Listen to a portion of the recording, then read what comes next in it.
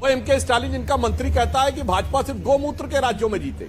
और आशुतोष वर्मा जी, आप तो उस पार्टी के प्रतिनिधि हैं जो भारतीय हिंदू समाज के उस वर्ग का प्रतिनिधित्व करती है जिसका जो गोपालक समाज माना जाता है। अच्छा, जिसका गो माता से सर्वाधिक नजदीकी संबंध है। और क्या 5 सैकड़े भी आप साथ रहते। खैर, मगर डेमोग्राफी पे मैं आपको फैक्ट बताना चाहता हूं। भाई साहब, फैक्ट सुनिए। पश्चिम बंगाल सरकार ने 91 जातियों को ओबीसी में ऐड किया। उसमें मुसलमान कितने थे? 77 मुस्लिम जातियां। ठीक है। जब ओबीसी कमीशन ने पूछा कि ये 91 में 77 मुस्लिम कैसे हैं, तो जानते क्या जवाब दिया? ये कन्वर्ट होने से पहले ओबीसी थे जब हिंदू थे, इसलिए इनको कर दिया।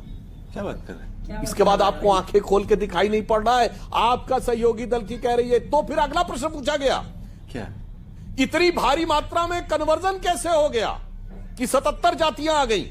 उसके बाद उन्होंने मौन धारण कर लिया। फिर हाई कोर्ट ने उस पर रोक लगा दी कि आपने तो एक तरीके से 95% मुसलमानों को ओबीसी बना दिया, तो ओबीसी रिजर्वेशन पर भी डाका कन्वर्जन के माध्यम से डालने का लिखित दस्तावेजी प्रमाण। और अगर मोदी जी की सरकार ने ओबीसी आयोग को संवैधानिक दर्जा नहीं तो गेम बचाना नहीं दिया होता तो आप डाका डाल के खा गए।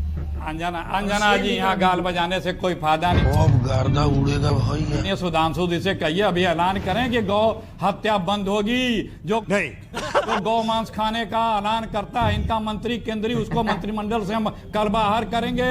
क्या बात है सर? जो इनका प्रदेश अध्यक्ष गौ मांस खाने की बात करता है, ये बोले हम उनको अपने पद से हटाएंगे।